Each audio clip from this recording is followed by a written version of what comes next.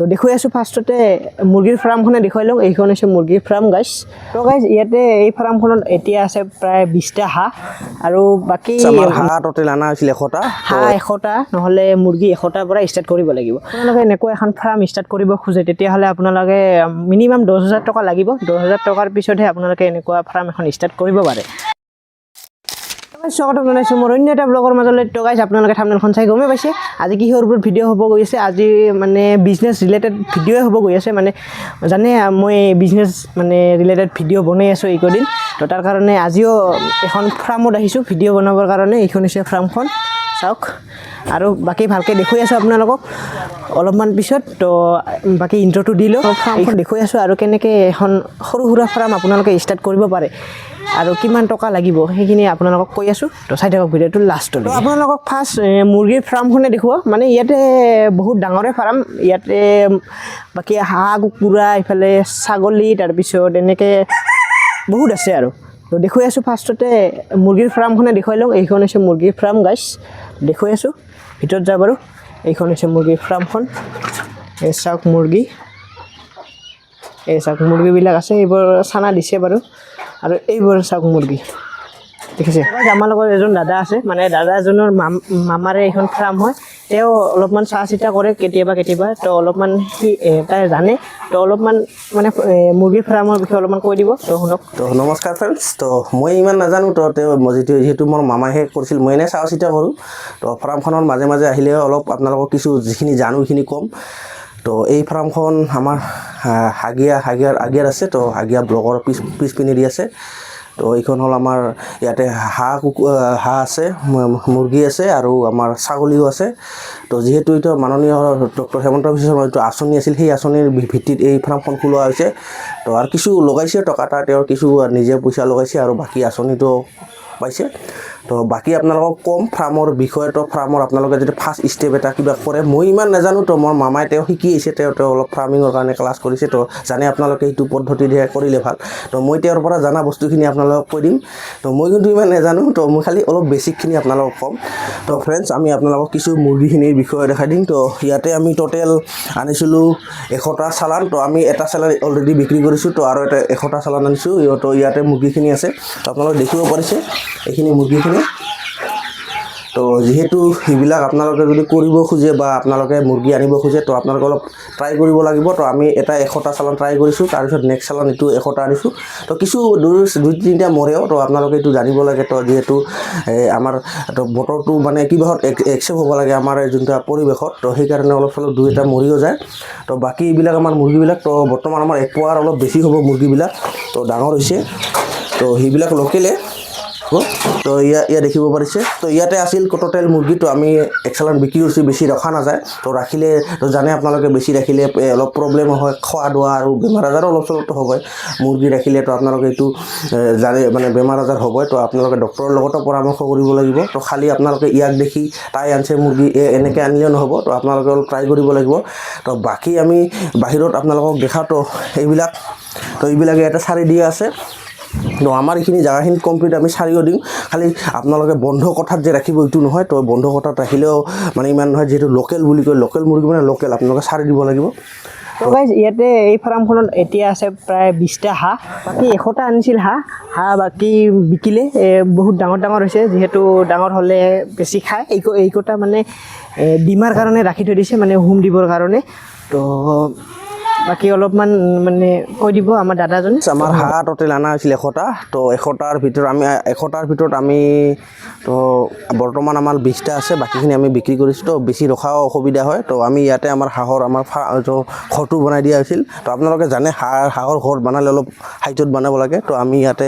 আপোনালোকক দেখুৱাওঁ তো ইয়াতে আমাৰ টোটেল 100টা হাঁহ আছিল তো আমি যিহেতু হাঁহবিলাক আমাৰ 6 মাহ হৈছে তো বৰ্তমান এইকেইটা আমি ৰাখিছোঁ এটা ডিমাৰ কাৰণে আমি ডিমা প্ৰডাকশ্যন কৰি আছোঁ তো এনে আমাৰ ৰেগুলাৰ হাঁহ তো ৰেগুলাৰ আমাৰ 12টা 15টা কৰি ডিমা হয় তো বাকী আমি ডিমাখিনি নেক্সট জেনেৰেশ্যনৰ কাৰণে আমি ইহুন দিবৰ কাৰণে ৰাখি আছোঁ আৰু কিছু বিক্ৰীও কৰি আছোঁ তো বাকী আমি আৰু এটা চালান আনিম তো এইটো আৰু নেক্সট বছৰত আমি নৱেম্বৰ জানুৱাৰী মানত চেষ্টা কৰিম আৰু এটা আমি যিহেতু উহুম দিয়া আছিলোঁ এইবিলাক আমাৰ চানাৰে আনিছিলোঁ তো বাকী এইবাৰ আমি নিজে প্ৰডাকশ্যন কৰাৰ চেষ্টা কৰিম এতিয়া আহিছোঁ আপোনালোকক ছাগলীৰ ফাৰ্মখন দেখুৱাবলৈ এইবোৰ ছাগলবোৰ পিছত পেলাই দেখাই পাই আছে এইবোৰ চাওক ছাগলী 7টামান ছাগলী আছে, বেছি নাই বাৰু। আৰু এইবোৰ হৈছে ঘৰবিলাক। তো আমাৰ দাদাজনে কৈ দিব কেনেকৈ ঘৰ বান্ধিব লাগে। তো ফ্ৰেণ্ডছ আপোনালোকক ঘৰটোৰ বিষয়ে দেখাওঁ। তো আপোনালোক আহক ওপৰত উঠক। তো এইখন আমাৰ কমপ্লিট আমাৰ ফাৰ্মটো। তো ছাগলীত তো আপোনালোকে জানে ছাগলী পুহিলে যে ওপৰত টাইটোতো আপোনালোকে গম পায়। তো আমি ইয়াতে কাঠৰে আমি বনাই দিয়া হৈছে। তো আমাৰ আছিল ছাগলী, তো 12টামান আছিল। কিছু ছাগলী আমাৰ বেমাৰ হোৱাৰ কাৰণে কিছু অলপ মৰি গৈছে। তো সেইকাৰণে আমি ছাগলীটো অলপ মানে হল্ডত ৰাখিছোঁ। তো বাকী ছাগলী আৰু আমি আনিম বুলি ভাবিছোঁ। তো আপোনালোকক দেখুৱাওঁ এইবিলাক ফাৰ্মবিলাক। তো ছাগলীবিলাকৰ আমি পাৰ্ট বাই পাৰ্ট দিছোঁ তো বনাই। তো যিহেতু এতিয়া আমাৰ নানানটা প্ৰজাতিৰ ছাগল আছে। তো আমাৰ লোকেলো আছে, কিছু আমাৰ চালানীও আছে। তো এইবোৰ কিবা মানে কুঁহিয়াৰ পাই আছোঁ, এইবোৰ কি আচলতে হয় কি? তো এইবিলাকে কয় নেপিয়াৰ। তো এইবিলাক হ'ল নেপিয়াৰ ঘাঁহ। তো যিহেতু ছাগলী আৰু গৰুৰ কাৰণে বেছি দৰকাৰ হয়। তো আপোনালোকৰ যদি গৰু থাকে, গৰুক যদি খুৱায় তো আমাৰ গাখীৰ আপোনালোকৰ প্ৰডাকশ্যন ভাল হয়। তো এইবিলাক আমি বিশেষ কৰি ছাগলীৰ কাৰণে বেছি ৰাখিছোঁ। তো এইবিলাক আমাৰ নেপিয়াৰ হয়। তো আপোনালোকে যদি ছাগলীৰ ফাৰ্ম খোলে তো তেতিয়া আপোনালোকৰ মাটিৰ অলপ দৰকাৰ হ'ব। তো এইবিলাক ৰোৱাৰ কাৰণে এইবিলাক হ'ল এতিয়া কুঁহিয়াৰৰ প্ৰজাতিৰ নিচিনাই। তো আমি কুঁহিয়াৰ খাওঁ তেনেকুৱা প্ৰজাতিৰে। তো এইটো হ'ল আমাৰ ঠানিৰ পৰাই আপোনালোকৰ হয়। তো আমি এইবিলাক লৈ অহা হৈছিল। তো কিছু দাদা ইয়াতে মাটি কিমানখিনি লাগিছে এইখন ফাৰ্ম খুলিতে? ইয়াতে আমাৰ টোটেল 1 বিঘা মাটি আছে। তো অলপ চব কম হ'ব পাৰে, মাইনাছ প্লাছ যিটো আপোনালোকে কৰিব পাৰে। তো 1 বিঘাই আছে আমাৰ তো ইয়াতে। দাদা ফাৰ্মখন খোলা কিমান মাহ হ'ল এনে?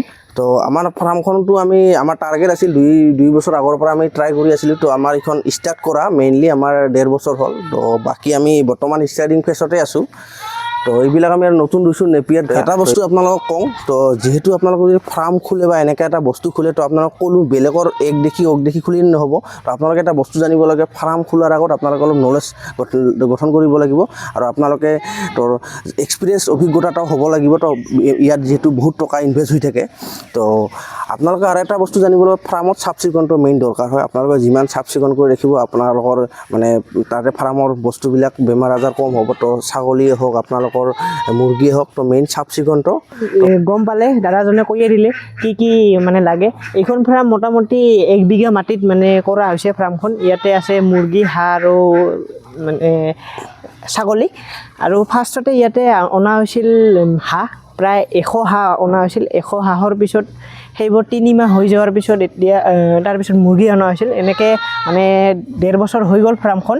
আৰু ইয়াতে আহি এটা বেলেগ বস্তু দেখা পালোঁ। মানে এইটো মই ভাবিছিলোঁ কুঁহিয়াৰ বুলি, কিন্তু কুঁহিয়াৰ নহয়, এইটো ঘাঁহ। তো ফাৰ্ষ্ট টাইম দেখিলোঁ ইমান ডাঙৰ ঘাঁহ। তো এইবোৰ চাওক ঘাঁহবিলাক। আপোনালোকে যদি ফাৰ্ষ্ট এনেকুৱা ফাৰ্ম এখন ষ্টাৰ্ট দিব খোজে, মানে ফাৰ্ষ্টটো আপোনালোকে গোটেইবিলাকে আনিব নোৱাৰে। ফাৰ্ষ্ট এনেহ'লে মুৰ্গী নহ'লে হাঁহ আনিব লাগিব। হাঁহ 100টা নহ'লে মুৰ্গী 100টাৰ পৰা ষ্টাৰ্ট কৰিব লাগিব। আপোনালোকে যদি ষ্টাৰ্ট কৰিব খোজে তো ষ্টাৰ্ট কৰিব পাৰে। ইয়াতে কোনো লছ নাই মানে তেনেকৈ। কিন্তু আপোনালোকে জানিলেহে মানে আপোনালোকৰ লছ নাথাকিব। যদি আপোনালোকে নাজানে তেতিয়াহ'লে একদম এনেকুৱা লছ হ'ব আপোনালোকে ভাবি নাপাব। তো তাৰ কাৰণে আপোনালোকে অলপমান জানি লোৱাটো ভাল। তো ইয়াতে যিজন মানুহে মানে ফাৰ্মখন দিছে, সি মানে ক'ৰবাৰ পৰা এই গুৱাহাটীৰ পৰা শিকি আহি পেলাই ইয়াতে ফাৰ্ম দিছে।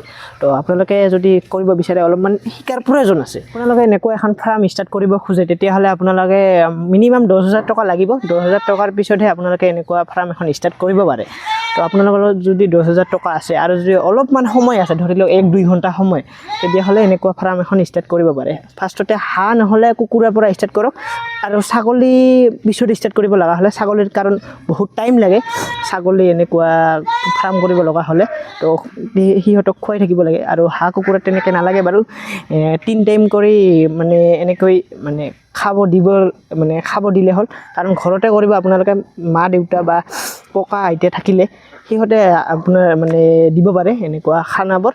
তো আপোনালোকে ফাৰ্ষ্ট যদি ষ্টাৰ্ট কৰিব বিচাৰে তেতিয়াহ'লে 100 কুকুৰা বা 100 হাঁহ পৰা ষ্টাৰ্ট কৰা। যদি ভিডিঅ' লাগে আপোনালোকে কমেণ্ট কৰি জনাব।